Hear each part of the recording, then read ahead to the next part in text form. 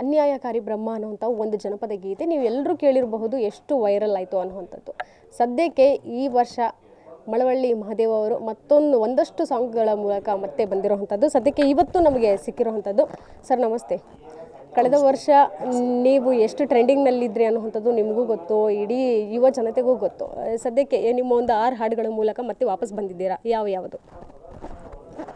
ನಾವೆಲ್ಲ ಹಾಡುಗಳನ್ನು ಹಾಡ್ತಾಯಿದ್ದೀವಿ. ಇತ್ತೀಚೆಗೆ ಮಾದೇಶ್ವರ ಮೇಲೆ ಒಂದು 5-6 ಹಾಡುಗಳು ಬಿಟ್ಟಿದ್ದೀನಿ, ಜನಪದ ಗೀತೆಗಳು. ಸುಮ್ಮನೆ ದೊರಕುವುದೇ ಅಂತಕ್ಕಂಥ ಹಾಡು, ಈ ನನ್ನ ಬಾಳಿಗೂ ಅಳುವ ಹಾಡಿಗೂ ಅಂತಕ್ಕಂಥ ಹಾಡುಗಳನ್ನು ನಾನು ಮತ್ತೆ ಜನಪದ ಗೀತೆಗಳನ್ನೇ ನಾನು ಆದಷ್ಟು ಯೂಟ್ಯೂಬ್ ಚಾನಲ್ ನಾನೇ ಓಪನ್ ಮಾಡಿದ್ದೀನಿ. ಹಾಗಾಗಿ ಹಾಡುಗಳನ್ನು ಹಾಡ್ತಾಯಿದ್ದೀನಿ. ಪ್ರೇಕ್ಷಕರೆಲ್ಲರೂ ಲಕ್ಷಾಂತರ ಜನ, ಕೋಟ್ಯಾಂತರ ಜನ ಅಂತ ಹೇಳ್ಬೋದು.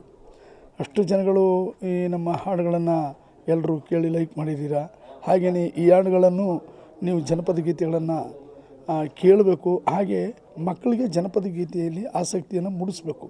ಕಾರಣ ಇಷ್ಟೇ, ಜನಪದ ಗೀತೆಯಲ್ಲಿರ್ತಕ್ಕಂಥವ್ರನ್ನ ಸರ್ಕಾರ ಗುರುತಿಸಿ ಅವರಿಗೆ 3,000 ಮಾಸಾಸನ ಕೊಡ್ತಾಯಿದೆ. ಮತ್ತು ಪ್ರತಿ ವರ್ಷವೂ ಯಾರು ಕಲೆಯಲ್ಲಿ ಸೇವೆ ಸಲ್ಲಿಸಿರ್ತಾರೋ ಅಂಥವ್ರಿಗೆ ರಾಜ್ಯ ಪ್ರಶಸ್ತಿ ಕೊಡ್ತಾಯಿದ್ದಾರೆ. ಪದ್ಮಶ್ರೀ ಪ್ರಶಸ್ತಿ ಕೊಡ್ತಾಯಿದ್ದಾರೆ, ಜಾನಪದ ಶ್ರೀ ಪ್ರಶಸ್ತಿ ಸರ್ಕಾರ ಕೊಡ್ತಾಯಿದೆ. ಹಾಗಾಗಿ ಮಕ್ಕಳು ಓದೋದ್ರ ಜೊತೆಗೆ ಈ ಜನಪದ ಗೀತೆಗಳನ್ನು ಅವರು ಅಭ್ಯಾಸ ಮಾಡ್ಕೊಬೇಕು ಅಂತ ಈ ಮೂಲಕ ಕೇಳ್ತೀನಿ. ಯಾರ ಆಸಕ್ತಿ ಇದೆಯೋ, ಶ್ರುತಿ ಇರ್ತಕ್ಕಂಥವ್ರು, ಸರಸ್ವತಿ ಯಾರ ಗಂಟಲಲ್ಲಿ ಇರ್ತದೋ ಅಂಥವ್ರು ಮಾತ್ರ ಇದಕ್ಕೆ ಪಾದಾರ್ಪಣೆ ಮಾಡ್ಬೋದು. ಸಂಗೀತೆಯಲ್ಲಿ ಸುಮ್ಮನೆ ನಾವು ಸಂಗೀತ ಕಲಿತೀವಿ ಅಂತಂತ ಎಷ್ಟೇ ಪ್ರಯತ್ನ ಪಟ್ಟರು ಸಂಗೀತ ಕಲಿಯೋಕ್ಕೆ ಆಗಲ್ಲ. ಅದು ಅಭ್ಯಾಸ ಮಾಡಬೇಕು. ಅಭ್ಯಾಸದ ಜೊತೆಗೆ ಅವರ ಸ್ವರ ಮಾಧುರ್ಯ ಏನಿದೆಯೋ ಅದನ್ನು ಅವರು ಆದಷ್ಟು ಸ್ವರಗಳ ಬಗ್ಗೆ ಆಸಕ್ತಿ ಇರಬೇಕು, ಅವರ ಆಸಕ್ತಿ ಇರಬೇಕು. ಸಾಧಕವೇ ಬಾಧಕ ಅಂಥೇಳಿ. ಹಾಗಾಗಿ ಜನಪದ ಗೀತೆಗಳನ್ನು ಹಾಡಲಿ. ನಾನು ಅನ್ಯಾಯಕಾರಿ ಬ್ರಹ್ಮ ಅಂತಕ್ಕಂಥ ಹಾಡನ್ನು ನಾನು 26 ವರ್ಷಗಳ ಹಿಂದೆ ಆ ಗೀತೆಯನ್ನು ಹಾಡಿದಂಥ ಹಾಡು. ಇತ್ತೀಚೆಗೆ ಅದು ಎಲ್ಲ ಕಡೆಯೂ ಸದ್ದು ಮಾಡ್ತು. ಅದು ನಮ್ಮ ಮೈಸೂರಿನ ಹಾಸ್ಟೆಲಲ್ಲಿರ್ತಕ್ಕಂಥ ಹುಡುಗಿಯರು ಒಂದು 9 ಜನ ಆ ಮೆಟ್ಲ ಮೇಲೆ ನಿಂತು ಅವರು ಅಭಿನಯ ಮಾಡಿ ಹಾಡನ್ನು ಅಲ್ಲಿಗೆ ಲಿಂಕ್ ಕೊಟ್ಟು ಫೇಸ್ಬುಕ್ ಹಾಕಿದ್ದು ಇಡೀ ಜಗತ್ತೇ ಅದು ಅಳವಡಿಸ್ಕೊಂತು. ಹಾಗಾಗಿ ಎಲ್ಲ ದೇಶದಲ್ಲಿ ಈ ನ್ಯೂಜಿಲ್ಯಾಂಡ್ ದೇಶದವ್ರು ಕುಣಿದವ್ರೆ ಹಾಡಿಗೆ ಎಲ್ಲ ನೋಡಿದ್ದೀರ ನೀವು. ನಿಮ್ಮ ಇದಕ್ಕೂ ಬಂದು ನಾನು ಸಂದರ್ಶನ ಕೊಟ್ಟಿದ್ದೀನಿ. ಈ ಪದೇ ಹೇಳೋದಷ್ಟೇ, ಜನಪದ ಗೀತೆ ಹೊಸದಾಗಿ ಎಲ್ಲ ಕಥೆಗಳನ್ನು ಇನ್ನೂ ಸುಮಾರು ಒಂದು 15 ಕಥೆಗಳಿವೆ. ಅದು ಇನ್ನು ಜನಪದ ಗೀತೆಗಳನ್ನು ಯಾರೂ ಆಸಕ್ತಿಯಿಂದ ಆ ರೀತಿ ಕಲಿತು ರಾತ್ರಿಯೆಲ್ಲ ಪೂರ ಹಾಡ್ತಕ್ಕಂಥ ಕಲಾವಿದರು ಇನ್ನೂ ಭಾಳ ಕಷ್ಟ.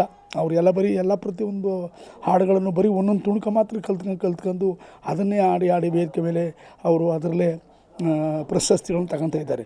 ರಾತ್ರಿ ಇಡೀ ಕಥೆ ಹಾಡಬೇಕು ಅಂತಂದರೆ ತುಂಬ ಶ್ರದ್ಧೆ ಬೇಕು. ಈಗ ಏನಪ್ಪ ಅಂತಂದರೆ ಆವತ್ತಿನ ದಿನ ನಾವು ಕಲೆಗಳನ್ನು ಕಲಿಬೇಕು ಅಂತಂತಂದರೆ ಹೊಟ್ಟೆಗೆ ಊಟ ಇಲ್ಲ. ಹಾಗಾಗಿ ಈ ಕಲೆಗಳನ್ನು ಕಲ್ತ್ಕೊಂಡ್ರೆ ಹೊಟ್ಟೆಗೆ ಊಟನಾರು ಸಿಗುತ್ತಲ್ಲಪ್ಪ ಅನ್ನೋ ಊಟಕ್ಕೋಸ್ಕರವಾಗಿ ನಾವು ಈ ಕಲೆಗಳನ್ನು ಕಲ್ತದ್ದು. ಇವತ್ತು ಏನಪ್ಪ ಅಂತಂದರೆ ದುಡ್ಡುಗೋಸ್ಕರವಾಗಿ ಹಾಡುಗಳನ್ನು ಹಾಡ್ತಕ್ಕಂಥವ್ರು. ಅವ್ರಿಗೇನು ಒಂದು ವೇದಿಕೆ ಮೇಲೆ ಹೋದ್ರೆ 5,000 10,000 ರೂಪಾಯಿ ದುಡ್ಡು ಕೊಡಬೇಕು. ಅವರು ಎಲ್ಲೋ ಚೆರಿದವರು ಮಲ್ಲಿಗೆ ಅಥವಾ ತಿಂಗಳು ಮುಳುಗಿದವು ಅಥವಾ ನಂಜುಂಡೇಶ್ವರಂದು ಕೇಳಿ ನನ್ನ ತಂಗಿ ಇವತ್ತು ನೋಡಿ ಇವ್ರ ಕಾತಿ ಎಲ್ಲ ಒಂದೊಂದು ತುಣುಕ ಮಾತ್ರ ಹಾಡೋದಿವರು ಅಷ್ಟೇ. ಇವರು ಸಂಪೂರ್ಣವಾಗಿ ಹಾಡುಗಳನ್ನು ಹಾಡ್ತಕ್ಕಂಥ ಕಲಾವಿದರು ಯಾರೂ ಇಲ್ಲ. ಹಾಗಾಗಿ ಇದನ್ನು ಕಲಿಬೇಕು ಅಂತಂದರೆ ಗುರು ಸೇವೆ ಮಾಡಬೇಕು. ಅವರು ನಮ್ಮಾಗೇ ಶ್ರಮಪಟ್ಟು ಕಲೆಗಳನ್ನು ಕಲ್ತ್ಕೊಂಡ್ರೆ ಇನ್ನು ಮುಂದಿನ ಪೀಳಿಗೆ ಜನ ಉಳಿಸ್ಕೊತಾರೆ. ಈಗ ಏನಾಗಿದೆ ಅಂತಂದರೆ ಎಲ್ಲ ಸಾಲ್ಟ್ ಆಗ್ಬಿಟ್ಟೈತೆ, ಎತ್ತರಕ್ಕಿದ್ದದ್ದೆಲ್ಲ ಎಲ್ಲ ಕಡಿಮೆ ಆಗೈತೆ. ಹೀಗಾಗಿ ನಾನು ಹೇಳ್ತಾಯಿದ್ದೀನಿ, ಇದನ್ನು ಶ್ರದ್ಧೆಯಿಂದ ಕಲೀರಿ. ಇನ್ಯಾರು ಈ ರೀತಿ ಕಲಿಬೇಕು ಅಂತಂದ್ರೆ ಭಾಳ ಕಷ್ಟಪಡಬೇಕು. ನಮ್ಮಂಥವ್ರೆ 6 ವರ್ಷಗಳ ಕಾಲ ಗುರು ಸೇವೆ ಮಾಡಿ 30 ರಾತ್ರಿ ಕಥೆಗಳು ಕಲ್ತದ್ದು. ಇವತ್ತು ನಮಗೆ ಅದನ್ನೇ ಇಲ್ಲಿ ವೇದಿಕೆ ಮೇಲೆ ಬರ್ತಾರೆ. ಚೆಲ್ಲಿದರು ಮಲ್ಲಿಗೆಯ ಅದೊಂದು 4 ಲೈನ್ ಆಡ್ತಾರೆ. ಆಮೇಲೆ ತಿಂಗಳು ಮುಳುಗಿದವು ಅದೊಂದು 4 ಲೈನ್ ಆಡ್ತಾರೆ. ಆಮೇಲೆ ಕೇಳಿ ನನ್ನ ತಂಗಿ ಇವತ್ತು ನಾಳೆ ಇವ್ರ ಕಾತಿ ನಿಮ್ಮ ಭಾವನಾ ನಂಜಯ್ಯ ಬರ್ನಿಲ್ವಲ್ಲವ್ವ ಅಂತ ಅದೊಂದಿಷ್ಟು ದೂರ ಆಡ್ತಾರೆ. ಈ ಎಲ್ಲೋ ಜೋಗಪ್ಪ ಅರಮನೆ ಬಿದಿರು ನಾನೇ ಇಷ್ಟೇ ಹಾಡುಗಳಲ್ಲೇ ಮ್ಯಾನೇಜ್ ಮಾಡ್ತಾಯಿದ್ದಾರೆ. ಇನ್ನೂ ದೊಡ್ಡ ಬಸವಣ್ಣವ್ರ ಕತೆ, ನೀಲವೇಣಿ ಕತೆ, ಸಾರಂಗದಾರನ ಕತೆ, ಚೆನ್ನಿರಾಮನ ಕತೆಗಳು, ಅಲ್ಲಲ್ಲಿ ಬರ್ತಕ್ಕಂಥ ಹಾವ ಭಾವ ಮಾತುಗಳು ಅವೆಲ್ಲ ಯಾರು ಕಲಿಯೋರು? ಅದಕ್ಕೆ ಕಲಿಬೇಕು ಅಂತ ನಾನು ಈ ಮೂಲಕವಾಗಿ ನಿಮಗೆ ಹೇಳ್ತಾಯಿದ್ದೀನಿ. ಹಾಗಾಗಿ ಕಲೀಲಿ ಆಸಕ್ತಿಯಿಂದ. ನಾನು ಕಲಿಯೋಂಥ ಹುಡುಗರು ಯಾರು ಬಂದ್ರೆ ನಾನು ಕಲಿಸ್ಕೊಡ್ತೀನಿ. ಅದು ಫ್ರೀಯಾಗಿ. ಎಷ್ಟೊಂದು ಹಾಡುಗಳಿದ್ದಾವೆ ಜನಪದ ಗೀತೆ ಅಂತ ಹೇಳಿದ್ರೆ, ನೀವೇ ರಚಿಸಿರುವಂಥ ಎಷ್ಟೊಂದು ಹಾಡುಗಳಿದ್ದಾವೆ. ಆದರೆ ನಿಮಗೆ ಇಷ್ಟ ಆಗಿರುವಂಥ ಒಂದು ಗೀತೆ ಯಾವುದು? ಬಹಳ ಅಷ್ಟು ಕೇಳ್ತಾ ಇರ್ತೀರ, ನಿಮ್ಮ ಮನೆಯವರು ಇಷ್ಟಪಡುವಂಥದ್ದು? ಎಲ್ಲ ಇಡೀ ಈ ಜಗತ್ತವೇ ನೋಡ್ತಾ ಇದೆ. ಮಹದೇಶ್ವರ ದಯ ಬರದೆ ಹಾಡು ಅದು ಪ್ರಖ್ಯಾತಿ. ಅದನ್ನು ಬರೆದಂಥ ಕವಿಗಳು ರವಿಕುಮಾರ್ ಅಂತ ಶಿಕ್ಷಕರು, ಅವರು ಯಳಂದೂರು ತಾಲೂಕು ಕುಮಾರನಪುರದವರು. ಹಾಲಿ ಈಗ ಮೈಸೂರಿನಲ್ಲಿ ಅವರು ವಾಸವಾಗಿದ್ದಾರೆ. ಅವರು ಸುಮಾರು ಗೀತೆಗಳನ್ನು ಬರೆದಿದ್ದಾರೆ. ಹಾಡುಗಳೆಲ್ಲ ಜನಪದ ಗೀತೆಗಳನ್ನು ನಾವು ಹಾಡಿದ್ದೀವಿ. ಅದರಲ್ಲೂ ಮತ್ತು ಅರ್ಜುನ್ ಜೋಗಿಹಾಡಂತೂ ಅದು ನಾನೇ ಟ್ಯೂನ್ ಹಾಕಿ ನಾನೇ ಸ್ವತಃ ಹಾಡಿದಂಥ ಹಾಡು. ಅರ್ಜುನ ಅವನು ಸನ್ಯಾಸಿಯಾಗಿ ಬರುವಾಗ ಅದನ್ನು ನಾನು ಟ್ಯೂನ್ ಹಾಕೊಂಡು ಹಾಡಿದಂಥ ಹಾಡು. ನಮ್ಮ ತಾಯಿನೂ ಹೇಳ್ತಿದ್ರು, ನಾನು ಅವತ್ತು ಆ ಟ್ಯೂನ್ ಹಾಕಿ ಹಾಡನ್ನು ಹಾಡಿದಂಥ ಹಾಡು. ಅನ್ಯಾಯಕಾರಿ ಬ್ರಹ್ಮ ಈ ಸುಂದರನ ಸನ್ಯಾಸಿ ಮಾಡಬಹುದೇ, ಈ ಸುಂದರನ ಸನ್ಯಾಸಿ ಮಾಡಬಹುದೇ, ಅಂದುಳ್ಳ ಮುಖದವನ ಅಂದುಳ್ಳ ಮುಖದವನ ಚೆಂದುಳ್ಳ ಚೆಲುವನ ಸನ್ಯಾಸಿ ಮಾಡಬಹುದೇ, ಓ ಸನ್ಯಾಸಿ ಮಾಡಬಹುದೇ, ರಾಜನ ಹೊಟ್ಟೆ ಒಳಗೆ ಹುಟ್ಟಿದರೆ ಒಂದು ರೂಪುಗಳ ನೋಡಬಹುದೇ, ಈ ಸುಂದರನ ರೂಪುಗಳ ನೋಡಬಹುದೇ, ಇಂಥ ಚೆಂದುಳ್ಳ ಚೆಲುವ ಸುಂದರನ ಅನ್ಯಾಯ ಬರೆಯಬಹುದೇ, ಓ ಬ್ರಹ್ಮ ಅನ್ಯಾಯ ಬರೆಯಬಹುದೇ. ಅವ್ರು ಹೇಳಿದ್ದು ಆ ವೇಶ್ಯೆಯರ ಬೀದಿಯಲ್ಲಿ ಅರ್ಜುನ ಕೋಟಿ ಮನ್ಮಥನ ರೂಪವುಳ್ಳ ತಾಳ್ಕೊಂಡು ಬರುವಂಥ ಜೋಗ ನೋಡಿ, ಅಯ್ಯಯ್ಯೋ ರಾಜನ ಹೊಟ್ಟೆ ಒಳಗೆ ಏನಾದ್ರು ಹುಟ್ಟಿದರೆ ಇವನ ರೂಪ ಕಣ್ಣೆತ್ತಿ ನೋಡೋಕ್ಕಾಯ್ತಿತ್ತೆ, ನಾವು ಯಾರಾದರೂ ಮದುವೆ ಮಾಡ್ಕೊಬೋದಾಗಿತ್ತು. ಇಂಥ ಸುಂದರನ ಅನ್ಯಾಯವಾಗಿ ಹಣೆಯಲ್ಲಿ ಸನ್ಯಾಸಿಯಾಗಿ ಬರೆದು ಇವನು ನಾಡು ದೇಶದ ಮೇಲೆ ಸನ್ಯಾಸಿಯಾಗಿ ಬಂದವನಲ್ಲ ಅಂಥೇಳಿ ಅವರೆಲ್ಲ ಅವನ ವರ್ಣನೆ ಮಾಡ್ತಾರೆ. ಅವನ ಮೂಗು, ಅವನ ಕಣ್ಣು, ಅವನ ತುಟಿ, ಅವನ ಬಾಯಿ, ಅವನ ಅಂಗಳು ಏನು ಚಂದ್ರನಂಗೆ ಅವನ ಬಾಯಿ ಬಿಟ್ಟ ಅಂತಂದರೆ ಪೂರ್ಣಿಮೆ ಚಂದ್ರನಾಗಿ ಕಾಣ್ತಾ ಇದೆಯಲ್ಲ ಅವನ ಅಂಗಳು, ಅವನ ತಲೆ ಕೂದಲು ಚೌಲಿ ಮಿರುಗನಾಗ ಉಳಿತಾ ಇದೆಯಲ್ಲ, ಎಷ್ಟು ಚೆನ್ನಾಗಿದ್ದಾನಪ್ಪ ಅಂತ ಎಲ್ಲ ಅವನ ರೂಪ ನೋಡಿ ಎಲ್ಲರೂ ಬೆರಗಾಗಿ ತಲೆದೋಗ್ದು ನಿಂತಿರ್ತಾರೆ. ಇದನ್ನೇ ನಾವು ಹಾಡನ್ನು ಈ ರಾಗದಲ್ಲಿ ಹಾಡಿದ್ರೆ ಚೆನ್ನಾಗಿರ್ತದೆ ಅಂತ ನಾವು ಆ ರಾಗ ಕಟ್ಟಿ ಹಾಡಾಡೋದಂಥ ಹಾಡು. ಈ ಅನೇಕರಿ ಬ್ರಹ್ಮ ಅಂತಕ್ಕಂಥದ್ನೇ ಒಂದು ಟೈಟ್ಲ್ ಇಟ್ಕೊಂಡು ಒಂದು ಸಿನಿಮಾ ಮಾಡಬೇಕು ಅಂತ ಮಾಡ್ತಾಯಿದ್ವಿ. ಇದನ್ನು ಮಾಡೋಣ. ಈ ದೇವರಿದ್ದಾನೆ, ದೇವ್ರ ಮೇಲೆ ಭಾರ ಹಾಕ್ಬೇಕು. ನಾವು ಕಲಾವಿದರು ಬಡವರು, ಹಾಗಾಗಿ ಅಷ್ಟು ದುಡ್ಡು ಒದಗಿಸೋಕ್ಕೆ ನಮ್ಮ ಕೈಲಿ ಆಗಲ್ಲ. ಯಾರಾದರೂ ಪ್ರೊಡ್ಯೂಸರು ನೋಡೋಣ ಅಂತ ಮನಸ್ಸಿಟ್ಟು ಹಾಕಿದ್ರೆ ಆ ಹಾವ ಭಾವ ಕತೆ ಸಾರಾಂಶನೆಲ್ಲ ತಗೊಂಡು ಯಾವುದಾದ್ರು ಒಂದು ಚಿತ್ರೀಕರಣ ಮಾಡೋಣ. ಚಿತ್ರದ ಮುಖಾಂತರ ಜನಗಳು ತೋರಿದಾಗ ಅದಿನ್ನೂ ಹೈಲೈಟ್ ಆಗುತ್ತೆ ಅಲ್ವಾ. ಈಗ ನನ್ನ ಹಾಡೇ ಅಷ್ಟು ಕೋಟಿ ಜನ ನೋಡಿದ್ದಾರೆ. ಇನ್ನು ಸಿನಿಮಾ ಅದನ್ನೇ ಸಿನಿಮಾ ಮಾಡಿದ್ರೆ ಅದು ಇನ್ನೂ ಚೆನ್ನಾಗಿ ಒಂದು 100 ದಿನಗಳು ಓಡ್ಬಿಟ್ರೆ ಸಾಕಪ್ಪ, ಹೌದಲ್ವೇ. ಅದು ಸಿನಿಮಾ ಡೈರೆಕ್ಟ್ರು ಅಂಥ ಪುಣ್ಯಾತ್ಮರು ಯಾರು ಬರಬೇಕು. ನಾವು ಧೈರ್ಯವಾಗಿ ನಾವು ಹಣ ಹಾಕಿ ನಾವು ಮಾಡ್ತೀವಿ. ಅದಕ್ಕೆ ತಕ್ಕನಾಗಿರ್ತಕ್ಕಂಥವ್ರು ಜನಪದ ಯಾರು ಜನಪದದಲ್ಲಿದ್ದಾರೋ ಅಂಥವ್ರನ್ನೇ ನಾವು ಸಿನಿಮಾಕ್ಕೆ ಅಳವಡಿಸ್ಕೋಬೇಕು. ಈಗಿನ ಕಾಲದ ಹುಡುಗರು ಪ್ಯಾಂಟು ಶರ್ಟ್ ಹಾಕೊಂಡು ಆಡ್ತಕ್ಕಂಥವ್ರ ಕೈಲಿ ಆಗಲ್ಲ. ಆ ಸಂಭಾಷಣೆ ಮಾಡೋಕ್ಕೂ ಆಗಲ್ಲ. ಅವರು ಹಳಬರಾಗಿರಬೇಕು, ಅವರು ಪಳಗಿರಬೇಕು, ಈ ಜನಪದದ ಬಗ್ಗೆ ಆಸಕ್ತಿ ಇರಬೇಕಂತವ್ರಿಗೆ. ಅಂಥವ್ರಾದ್ರೂ ಸರಿ. ನಾನು ಎಲ್ಲ ಗಾಂಧಿನಗರದಲ್ಲಿ ಎಲ್ಲ ಆಟಾಡ್ತೀನಿ. ಗಾಂಧಿನಗರದಲ್ಲಿ ಆಡ್ತಕ್ಕಂಥವ್ರೆಲ್ಲ ಈಗ ಮರಗಿರ ಸುತ್ತೋದು ಅದು ಇದು ಇದಕ್ಕೆ ಮಾತ್ರ ಅವರು ಸೀಮಿತವಾಗಿದ್ದಾರೆ ಹೊರತು ರಾಜ್ಕುಮಾರ್ ಇದ್ದಂಥ ಕಾಲಕ್ಕೆ ಹೋಯ್ತು. ರಾಜ್ಕುಮಾರು ಅಂತಂಥ ಸಿನಿಮಾಗಳು ಮಾಡಿದ್ರು. ಯಾರು ಮಾಡೋಕ್ಕಾಯ್ತದೆ ಅದನ್ನು? ಮಯೂರ ಮಾಡೋಕ್ಕಾಗತ್ತಾ? ಕೃಷ್ಣದೇವರಾಯ, ಭಕ್ತ ಕುಂಬಾರ, ಬಿಡ್ರಿ ಕಣ್ಣಪ್ಪ, ಇವೆಲ್ಲ ಎಂತೆಂಥ ಸಿನಿಮಾಗಳು ಕೊಟ್ಟರು. ಅವರು ಮಾತ್ರ ಸೀಮಿತವಾಗಿತ್ತು. ದೇವರು ಅವ್ರಿಗೋಸ್ಕರನೇ ಈ ಭೂಮಿ ಮೇಲೆ ಹುಟ್ಟಿ ಕಳಿಸ್ತವ್ರು. ಇಂಥ ಪಾತ್ರನೆಲ್ಲ ಮಾಡಪ್ಪ. ನಾವು ಈಗ ಮಯೂರ ನೋಡೋಕ್ಕಾಗಲ್ಲ. ಕೃಷ್ಣದೇವರಾಯ ಏನಿದ್ರು ಆಳ್ವಿಕೆಲ್ಲ ಅದು ಏನೇನು ಮಾಡಿದ್ರು ಅನ್ನೋದು ನಾವು ಕಣ್ಣಲ್ಲಿ ನೋಡೋಕ್ಕಾಗಲ್ಲ. ಭಕ್ತ ಕುಂಬಾರ ಅಂತ ಭಕ್ತಿವಂತ ಏನಿದ್ನ ಅನ್ನೋದು ನಾವು ಕಣ್ಣಲ್ಲಿ ನೋಡೋಕ್ಕಾಗಲ್ಲ.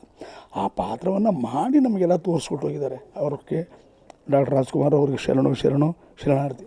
ಸರ್, ಕೊನೆಯದಾಗಿ ಈಗ ಸದ್ಯಕ್ಕೆ ನೀವು ರಚಿಸಿರುವಂಥ ಹಾಡುಗಳಲ್ಲಿ ಯಾವುದಾದ್ರು ಒಂದು ಹಾಡು ಹಾಡೋದಾದರೆ? ಸುಮ್ಮನೆ ದೊರಕುವುದೇ ನಿಮ್ಮ ಪಾದ, ಸುಮ್ಮನೆ ದೊರಕುವುದೇ ಭಕುತಿಯ ಮರೆತು ಮುಕುತಿಯ ಕೇಳಲು, ಮುಕುತಿ ದೊರೆಯುವುದೇ ಮಾದೇವ, ಸುಮ್ಮನೆ ದೊರಕುವುದೇ. ಯೂಟ್ಯೂಬ್ನಲ್ಲಿ ಹಾಡುಗಳನ್ನೆಲ್ಲ ಬಿಟ್ಟಿದ್ದೀನಿ. ಮಳವಳ್ಳಿ ಮಹದೇವ ಸ್ವಾಮಿ ಅಂತ ಯೂಟ್ಯೂಬ್ ಹೊಡ್ತು ಅಂದರೆ ನಾನು ಏನೇನು ಹಾಡುಗಳು ಹಾಡ್ತಾಯಿದ್ದೀನೋ ಅದೆಲ್ಲವೂ ಬರ್ತದೆ. ನೀವೆಲ್ಲರೂ ನೋಡಿ ಕೇಳಿ ಎಲ್ಲ ನನಗೆ ಚಂದದಾರರಾಗಿ ದಯಮಾಡಿ ಇಂತಿಂಥ ಭಕ್ತಿ ಪ್ರಧಾನವಾದಂಥ ಗೀತೆಗಳನ್ನು ಕೇಳಿ ನೀವುಗಳಿಗೆಲ್ರಿಗೂ ಮಲೆ ಮಹದೇಶ್ವರ ಒಳ್ಳೇದು ಮಾಡಲಿ ಅಂತ ನಿಮ್ಮಲ್ಲಿ ಪ್ರಾರ್ಥನೆ. ಸರ್, ಒಂದು ಪ್ರಶ್ನೆ, ನೀವು ಯಾವುದಾದ್ರೂ ನಿಮಗೆ ನೀವೇ ಪ್ರಶ್ನೆ ಮಾಡ್ಕೊಂಡಿದ್ರ ಅಂದರೆ ಅನ್ಯಾಯಕಾರಿ ಬ್ರಹ್ಮ ಹಾಡು ಈಗ ವೈರಲ್ ಯಾಕಾಯಿತು ಅನ್ನೋ ರೀತಿ? ನಾವು ಯಾವತ್ತೂ ಆ ರೀತಿ ಅನ್ಕೊಂಡೇ ಇಲ್ಲ. 26 ವರ್ಷಗಳಿಂದ ಸುಮ್ಮನೆ ಹಾಡ್ದು ಕತೆ ಅರ್ಜುನ್ ಜೋಗಿ ಹಾಡು. ಅದು ಏನಂತಂತಂದರೆ ಇದ್ರ ಕಾರಣ ಹೆಣ್ಣು ಮಕ್ಕಳು ಇವತ್ತು ಗಂಡು ಮಕ್ಕಳಿಗೆ ಹೆಣ್ಣು ಮಕ್ಕಳು ಸಿಗ್ತಾ ಇಲ್ಲ. ಫಸ್ಟ್ ಪಾಯಿಂಟ್ ಇದೆ.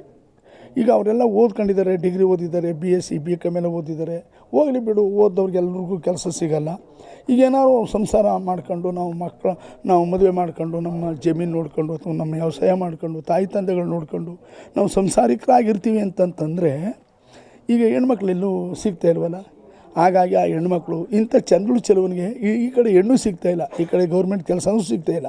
ಹಾಗಾಗಿ ಇಂಥವ್ರನ್ನೆಲ್ಲರೂ ಅನ್ಯಾಯವಾಗಿ ಸನ್ಯಾಸ ಮಾಡಿಬಿಟ್ಟಿದೆಯಲ್ಲ ಬ್ರಹ್ಮ ಅಂತ ಆ ಪೊಸಿಷನ್ ಇಟ್ಕೊಂಡು ಹೆಣ್ಮಕ್ಳು ಇವತ್ತು ಹಾಡನ್ನು ಅಲ್ಲಿಗೆ ಟ್ರೋಲ್ ಮಾಡಿ ಹಾಕೋದು. ಆ ಸ್ಟಾರ್ಡಮ್ಮು ನಿಮ್ದು ಒಂದಷ್ಟು ದಿನಗಳಿತ್ತು, ಅದಾದಮೇಲೆ ಮತ್ತೆ ಯಥಾ ಪ್ರಕಾರ ನಿಮ್ಮ ಜೀವನ ಹಾಗೆ ಸಾಕ್ತು ನಾರ್ಮಲಾಗಿ. ಏನಾದರೂ ಒಂದು ರೀತಿ ಅನ್ನಿಸ್ತಾ ನಿಮಗೆ, ಏನಾದರೂ ಒಂದು ಚೇಂಜಸ್ ನಿಮ್ಮ ಜೀವನದಲ್ಲಿ, ಬದಲಾವಣೆಗಳು? ನಮ್ಮ ಚೇಂಜಸ್ಸು ನೋಡಿ, ಅದೇನೇ ನಾನು ಅಷ್ಟು ವರ್ಷದಲ್ಲಿ ಆಡಿದಂಥ ಹಾಡು ಈಗ ಒಳ್ಳೆ ಪ್ರಚಾರಕ್ಕೆ ಬರ್ತಲ್ಲ. ಹೆಣ್ಮಕ್ಳು ಈ ಹಾಡನ್ನು ತಗೊಂಡೋಗಿ ಅಲ್ಲಿ ಕ್ಲಿಕ್ ಮಾಡಿ ಇದು ಒಳ್ಳೆ ಟ್ರೆಂಡ್ ಆಯಿತು. ಎಲ್ಲ ಲಕ್ಷಾಂತರ ಜನ ಈಗ ಗುರುತಿಸ್ತಾರೆ. ಅನ್ಯಾಯಕಾರಿ ಬ್ರಹ್ಮ ಹಾಡಿರ್ತಕ್ಕಂಥವ್ರು. ಆಗೆಲ್ಲ ಮಹದೇಶ್ವರ ದಯ ಬರದೆ ಹಾಡು ಹಾಡಿರ್ತಾ ಮಳವಳ್ಳಿ ಮಹದೇಶ್ವಾಮಿ ಅಂತಿದ್ರು. ಈ ಹಾಡು ಬಂದ ಮೇಲಂತೂ ಇದು ಬದ್ದದ್ದು ಹೆಚ್ಚಾಯಿತು. ಅನ್ಯಾಯಕಾರಿ ಬ್ರಹ್ಮ ಹಾಡ್ರವ್ರು ಇವರೇ ಅಂತಕ್ಕಂಥ ಆ ಮಾತುಗಳನ್ನು ಹಾಡ್ಕೊಂತಾರೆ. ನನ್ನೆಲ್ಲ ಕಡೆನೂ ಗುರುತಿಸ್ತಾರೆ, ಎಲ್ಲೋದ್ರೂ ಗುರುತಿಸ್ತಾರೆ. ಈಗ ಆಂಧ್ರಕ್ಕೆ ಹೋದ್ರೆ ಆಂಧ್ರದಲ್ಲಿ ಮಹದೇಶ್ವರ ಸಾಂಗ್ ಆಡಿರ್ತಕ್ಕಂಥವ್ರು, ನೀನು ಏನಪ್ಪ ಚೆನ್ನಾಗಿ ಆಡಿರ್ತಾರೆ, ಏನು ಬಂದು ಭಾರಿ ಚಲೋ ಆಡಿದ್ರಿ ಅಂತ ಆ ಕಡೆ ಭಾಷೆ ಅವರು ಲೈಕ್ ಮಾಡಿದ್ರು. ಈ ಪಂಡ್ರಾಪುರಕ್ಕೆ ಹೋಗಿದ್ದೀನಿ. ಪಂಡ್ರಾಪುರದಲ್ಲಿ ನನ್ನ ಹಾಡನ್ನು ಕೇಳಿ ಯಾವನೋ ಒಬ್ಬ ಬಂದು ತಬ್ಕೊಂಡ, ಸಾರ್ ಎಂಬುದೊಂದು ಹಾಡು ನೀವು ಮಹದೇಶ್ವರ ದಯ ಬರದೆ ಅಂತ ಹಾಡು ಹಾಡಿದ್ದೀರಿ. ಅದೇ ನಾನು ಅಡಿಸಿಡಿನ ತಂದು ವಿತೌಟ್ ವಾಯ್ಸು ಕರೋಕಲ್ಲಿ ನಾನು ಅಂಬಾಭವಾನಿ, ಶಿವಾಜಿಗೆ ಕತ್ತಿ ಕೊಟ್ಟಲಲ್ಲ ಅಂಬಾಭವಾನಿ, ಆ ದೇವ್ರ ಮೇಲೆ ತಿರುಗಿಸಾಡಿದೆ. ಸಾರ್ 60 ಲಕ್ಷ ದುಡ್ಡು ಸಂಪಾದನೆ ಆಯಿತು ಸರ್ ಅಂದ. ಹೆಮ್ಮೆ ಇಲ್ವಾ? ಮಹಾರಾಷ್ಟ್ರದಲ್ಲಿ ನಮ್ಮ ಕನ್ನಡ ಹಾಡು ಆ ಟ್ಯೂನು CS ಅವರು ರಾಗ ಹಾಕ್ತವ್ರು, ಬರೆದವರು ನಮ್ಮ ಯಳಂದೂರು ಎಮ್ ಎನ್ ವ್ಯಾಸರಾವ್ರವರು. ಅದಕ್ಕೇ ಈಗೀಗೇನೆ ನಾನು ಕೇಳೋದಿಷ್ಟೇ, ಜನಪದ ಗೀತೆಯಲ್ಲಿರ್ತಕ್ಕಂಥ ಗತ್ತು ಸಿನಿಮಾ ಹಾಡುಗಳಲ್ಲಿ ಏನೂ ಇರಲ್ಲ. ಇದನ್ನು ಕಲಿತವ್ರಿಗೆ ರಾಜ್ಯ ಪ್ರಶಸ್ತಿ ಸಿಗುತ್ತೆ. ಈಗ ನಾನು ಅಮೇರಿಕ ಹೋಗಿ ಬಂದೆ 2 ಸಲ.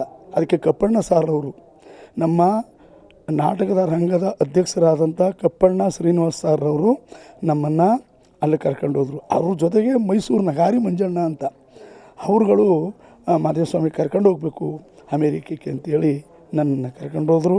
ಅವ್ರಿಗೆ ಇಲ್ಲಿಂದಲೇ ಶರಣಾರ್ಥಿ. ಕಪ್ಪಣ್ಣ ಸರ್ ಅವ್ರಿಗೆ ಹುಷಾರಿಲ್ವಂತೆ, ಅವ್ರು ಬೇಗನೆ ಹುಷಾರಾಗಲಿ ಅಂತ ದೇವರಲ್ಲಿ ಮಹದೇಶ್ವರನಲ್ಲಿ ಕೇಳ್ಕೊತೀನಿ. ಆ ಸಾಂಗ್ ಹಿಟ್ ಆದಮೇಲೆ ಯಾವ ಸಿನಿಮಾ ತಂಡದವರು ನಿಮ್ಮನ್ನೇನಾದರೂ ಅಪ್ರೋಚ್ ಮಾಡಿದ್ರಾ ಸರ್? ಈ ನಮ್ಮ ಸಿನಿಮಾಗೆ ಏನಾದರೂ ಒಂದು ಹಾಡು ಹಾಡಿದ್ದೀನಿ. ಅದು ಕುಂಜರ ಅಂತಕ್ಕಂಥ ಸಿನಿಮಾಕ್ಕೆ ಒಂದು ಹಾಡು ಹಾಡಿದೆ. ನಮ್ಮ IGP ನಂಜುಂಡಸ್ವಾಮಿ ಅಂತ ಮಳವಳ್ಳಿಯವರು, ಅವರು ನೆನೆ ದಿನ ಬಂದು ಹಾಡ್ಬಿಟ್ಟು ಹೋದೆ. ಡಾಕ್ಟರ್ ರಾಜ್ಕುಮಾರ್ ಅವರು ಸಂಬಂಧಿಕರ ಸ್ಟುಡಿಯೋದಲ್ಲಿ ನೆನ್ನೆ ಒಂದು ಹಾಡು ಹಾಡ್ಬಿಟ್ಟು ಹೋದೆ. ಫಿಲಮ್ಗೆ ಆಡಿದ್ದೀನಿ. ಮೊದಲು 2 ಸಿನಿಮಾಕ್ಕೆ ಆಡಿದ್ದೀನಿ. ಯಾವ್ಯಾವ ಸಿನಿಮಾಗಳಂತ ಗೊತ್ತಿಲ್ಲ, ಕರ್ಕೊಂಡೋಗಿ ಹಾಡಿಸ್ಬಿಟ್ಟಿದ್ದಾರೆ. ಹಾಡಿದ್ದೀನಿ, ನೆನ್ನೆನೂ ಹಾಡಿದ್ದೀನಿ. ಇನ್ನೂ ಏನಾದ್ರು ಅವಕಾಶ ಸಿಕ್ಕಿದ್ರೆ ಹಾಡ್ತೀನಿ. ಹಾಡೋದ್ರ ಜೊತೆಗೆ ಸಂಭಾವನೆ ಹೆಚ್ಚಿಸ್ಕೊಂಡ್ರೆ ಹೇಗೆ? ಇಲ್ಲಪ್ಪ, ಅವ್ರು ಏನು ಕೊಡ್ತಾರೆ ಅದು ಇಸ್ಕೊಂತೀನಿ. ನಾವೇನಂತ ದೊಡ್ಡ ಸಿಂಗರೇ, ನಮಗೆ ಹಾಡೋದೇ ಗೊತ್ತಿಲ್ಲ, ನಮಗೆ ಸಂಗೀತ ಜ್ಞಾನ ಇಲ್ಲ. ಏನೋ ಒಂದು ಟೆಕ್ನಿಕಲ್ ಆಡ್ತಾಯಿದ್ದೀನಿ ಅಷ್ಟೇ. ನನಗೆ ಸಾಪ 3 ಅಕ್ಷರ ಒಂದೂ ಗೊತ್ತಿಲ್ಲ. ಹಾಗಾಗಿ ಏನೋ ಮಹದೇಶ್ವರ್ ಕೊಟ್ಟಂಥ ಈ ಕಂಠಶಿರಿ ಏನೋ ನನ್ನ ಸ್ವರನ ಜನಗಳೆಲ್ಲ ಲೈಕ್ ಮಾಡ್ತಾರೆ. ಅದೊಂದೇ ನನಗೆ ಭಾಗ್ಯ ಕೊಟ್ಟಿರೋದು ಮಹದೇಶ್ವರ. ಅನ್ಯಾಯಕಾರಿ ಬ್ರಹ್ಮನ ಅದಾದಮೇಲೆ ಅದೇ ರೀತಿ ಹಾಡಬೇಕು, ಇನ್ನೊಂದಷ್ಟು ಟ್ರೆಂಡ್ ಆಗುತ್ತೆ ಅನ್ನೋದು ಏನಾದರೂ ನಿಮ್ಮ ತಲೆಗೆ ಬಂತಾ? ಇನ್ನೂ ಕಥೆಗಳಿದೆಯಲ್ಲ, ಆ ಕಥೆಗಳು ಹಾಡ್ದಾಗ ಗೊತ್ತಾಗುತ್ತೆ. ಇನ್ನೂ ಕತೆ ಹಾಡಿಲ್ಲ, ಹಾಡ್ತಿದ್ದೀನಿ. ಯುವ ಪೀಳಿಗೆಗೆ ಹತ್ತಿರವಾಗುವಂಥ ಒಂದಷ್ಟು ಜನಪದ ಗೀತೆಗಳು ಇನ್ನೂ ಇದೆ, ಹಾಡುಗಳಿದೆ, ಬೇಜಾನ್ ಹಾಡುಗಳಿದೆ. ನಮ್ಮ ಜನಪದದಲ್ಲಿ ಇರ್ತಕ್ಕಂಥ ಗೀತೆಗಳು ಯಾತ್ರಲ್ಲೂ ಇಲ್ಲ. ಹಳೆ ಬೇರು ಹೊಸ ಚಿಗುರು. ಹಾಗಾಗಿ ಇಂಥ ಹಾಡುಗಳನ್ನು ಹಾಡಿದಾಗ ಮಕ್ಕಳು ಆದಷ್ಟು ಆಸಕ್ತಿಯಿಂದ ಕೇಳಬೇಕು. ನಾನು ಹೇಳ್ತೀನಿ, ಜನಪದ ಗೀತೆಗಳನ್ನು ಯಾರು ಅಭ್ಯಾಸ ಮಾಡಿ ಕಲ್ತ್ಕೊಂತಾರೋ ಅವ್ರು ದೇಶ ವಿದೇಶಕ್ಕೆಲ್ಲ ಕಳಿಸ್ತಾರೆ ಸರ್ಕಾರ. ನಿಮ್ಮ ಸ್ವಂತ ದುಡ್ಡಲ್ಲಿ ಹೋಗಂಗಿಲ್ಲ. ಸರ್ಕಾರದವ್ರು ಗುರುತಿಸಿ ಅಲ್ಲಿ ಹಾಡು ಬನ್ನಿ, ನಮ್ಮ ಕಲೆನ ಅಲ್ಲಿ ಪ್ರದರ್ಶನ ಕೊಡಿ. ಡೋಲ್ ಹೊಡಿಬೋದು, ತಮಟೆ ಹೊಡಿಬೋದು, ನಗಾರಿ ಹೊಡಿಬೋದು, ಪೂಜೆ ಕುಂತ ಕುಣಿಬೋದು, ಬೀಸ್ ಕಂಸಾಳೆ ಕಲಿಬೋದು. ಒಳ್ಳೆ ಕಲೆ ಯಾವುದ್ರಲ್ಲಾರ ಇರಿ, ಕಲೆಯಲ್ಲಿರಿ. ಹೌದಲ್ವಾ? ಓದಿದ್ರೆ ಚೆನ್ನಾಗಿ ಓದ್ಕೊಂಡು ಕೆಲಸಕ್ಕೆ ಹೋಗಿ, ಅದರಲ್ಲೇನು ನೋ ಅಬ್ಜೆಕ್ಷನ್. ನೀವು ನೀವು ಏನಾದ್ರು ಕೆಲಸ ಸಿಕ್ಕಲಿಲ್ಲ ಅಂತಂದರೆ ಕಲೆ ಇದ್ದರೆ ಮಾತ್ರ ಕಲೆ ಪಾದಾರ್ಪಣೆ ಮಾಡಿ, ಇಲ್ಲಾಂದ್ರೆ ಬಿಸ್ನೆಸ್ ಮಾಡಿ. ನೀವು ಯಾಕೆ ಕಳ್ಳರಾಗ್ತೀರಾ? ನೀವು ಯಾಕೆ ಸುಳ್ಳರಾಗ್ತೀರಾ? ಕಳ್ಳರು ಸುಳ್ಳರಾಗೋದು ಬೇಡ, ನೀವು ದೇಹವನ್ನು ದಂಡಿಸಿ ದುಡೀರಿ. ಕಲೆ ಇದ್ದರೆ ಕಲೆ ಕಲೀರಿ, ಇಲ್ಲವ ಚೆನ್ನಾಗಿ ಓದ್ಕೊಂಡು ಪಾಸಾಗಿ ಒಳ್ಳೆ ಕೆಲಸಕ್ಕೆ ಸೇರ್ಕೊಳ್ಳಿ. ಅಂದರೆ ಅಪ್ಪ ಅಮ್ಮನ ಮಾತ್ರ ಚೆನ್ನಾಗಿ ನೋಡ್ಕೊಳ್ಳಿ. ನೀವು ಏನೇ ಕೆಲಸಕ್ಕೆ ಸೇರ್ಕೊಳ್ಳಿ, ನೀವು ಏನೇ ಮಾಡಿ, ದಯವಿಟ್ಟು ಹೇಳ್ತೀನಿ, ಈ ಇದ್ರ ಮುಖಾಂತರ ಯಾವುದು ಚಾನಲ್, ಈ ಚಾನಲ್ ಮುಖಾಂತರನೇ ಕೇಳ್ಕೊತೀನಿ, ದಯಮಾಡಿ ಅಪ್ಪ ಅಮ್ಮದಿರ ಯಾವ ಮಕ್ಕಳು ಚೆನ್ನಾಗಿ ನೋಡ್ಕೊತಾರೋ ಅವ್ರು ಯಾವತ್ತಿದ್ದರೂ ಯಾವ ಬೆಟ್ಟ ತುದಿಗೆ ಹೋದರೂ ಶಿವ ಅವ್ರಿಗನ್ನ ಕೊಟ್ಟು ಕಾಪಾಡ್ತಾನೆ. ಇದರಲ್ಲಿ ಎರಡು ಮಾತಿಲ್ಲ. ಅಪ್ಪ ಅಮ್ಮನ ನಿಂದಿಸ್ತವ್ರಿಗೆ ಅಗೋಗತಿ. ಶರಣು ಶರಣು ಶರಣಾರ್ಥಿ. Thank you sir. Next Malavalli Mahadeva ಅವರ ಮಾತಾಗಿತ್ತು. ಕ್ಯಾಮ್ರಾಮನ್ ಅಭಿಷೇಕ್ ಜೊತೆ ಕೀರ್ತಿ ಪಾಟೀಲ್, ಸಮಯ ನ್ಯೂಸ್, ಬೆಂಗಳೂರು.